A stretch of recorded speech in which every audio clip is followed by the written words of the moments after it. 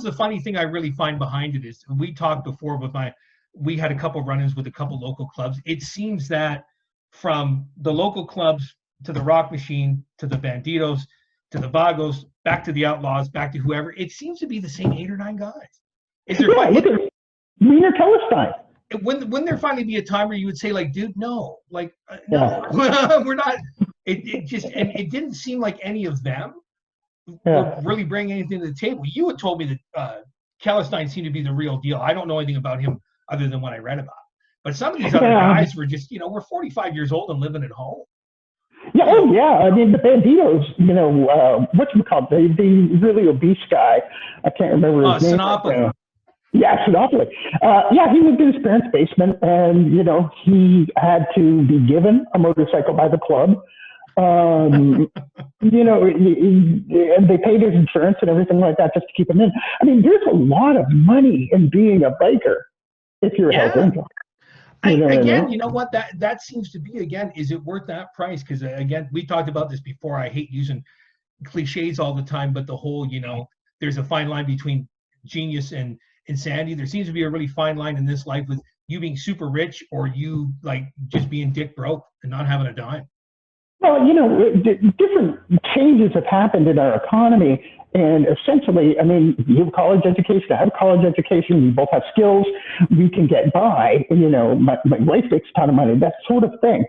But what about the people who don't? They have very limited options, and, manufacturing has basically ceased in North America.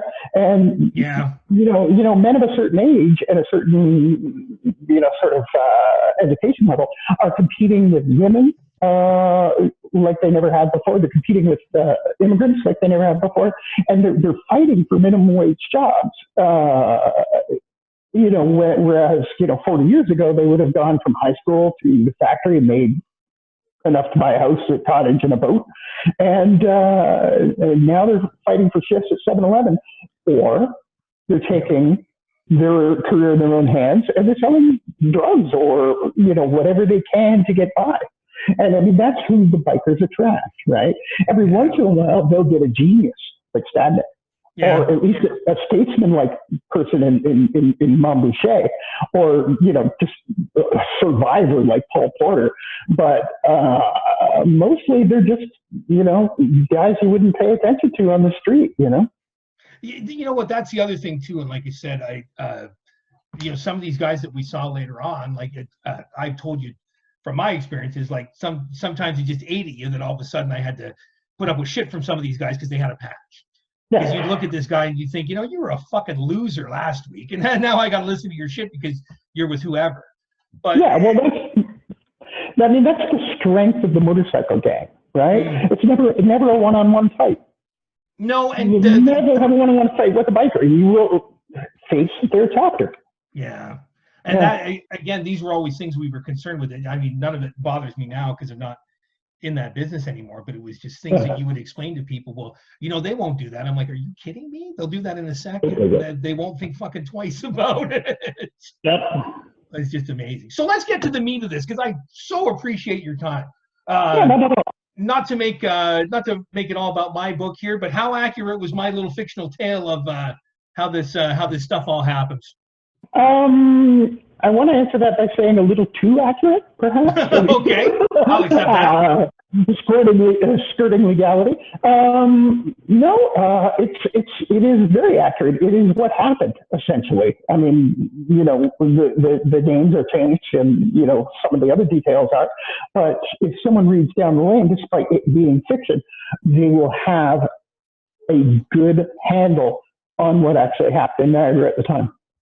Yeah, you know what? It's really interesting. I went out of my way to, again, there's conversations and there's snippets in there, and there's obviously things that have happened that I can relate to in my own life. I went out of my way to make sure that 95% of the story, the whole story, and what happened is fiction. But it's funny because everybody from the past seems to fall into two categories now. And I've mentioned this to you before as well. They're either I can't believe you made me a character in your book, or the flip side is I can't believe I'm not a character in your book. And I have to tell people all the time it's all fictional. And I've had friends send me a list in email saying this guy is this guy, this guy is this guy, this guy is, and I'm like, no, like I don't want to do that. But obviously, it's based on quite a bit of stuff that I saw myself. So. Sure. Yeah. Yeah. And it's a great read. I mean, it's a lot of fun to go through, and it's something you can read very quickly because it's a page turner, especially for me because I write about the same thing and I lived through the same thing, so I find it fascinating.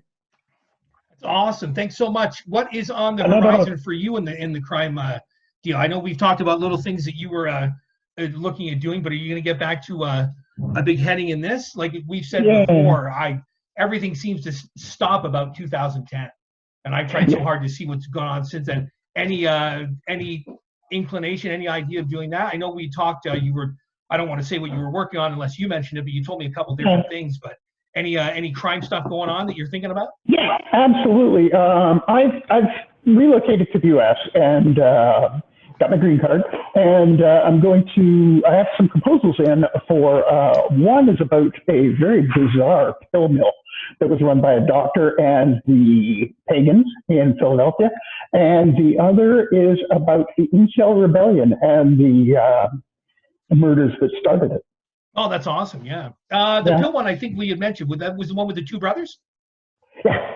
Oh, okay. Yeah, that's, and you know what, funny, for all the damage that one did, when you had mentioned it to me, it didn't get a ton of coverage over here. There are little things about it, but just an amazingly weird story. Just another example. Those guys weren't bottom of the barrel guys. They were middle class kids with had some stuff going on before they got involved in that.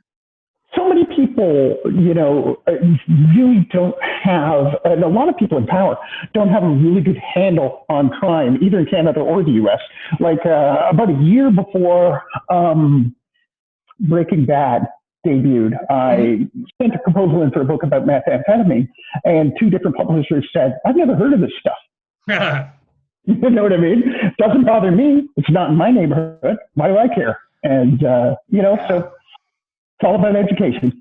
That's awesome. It really is. Jerry, I appreciate your time so much. Hopefully we get a chance to do this again. Hopefully we get a chance to do it either when you've got something else coming out. I really appreciate you giving my fledgling channel a little boost here. Like I said, I do have some books from the other people involved in it. C.B. Gabrielle, Agnes Oquendo, our friend Clint Buchanan, where hopefully we can get all interviews in them for. But I thought, again, this would kick off things pretty decently with someone who's writing. I've read just about everything, and somebody who's obviously on a much bigger scale than we are. So I really appreciate all this. Yeah. Well, I mean, you got to start somewhere, and Down the Lane was like a really impressive debut novel. Thank you so much. Not at all. I'll talk to you soon.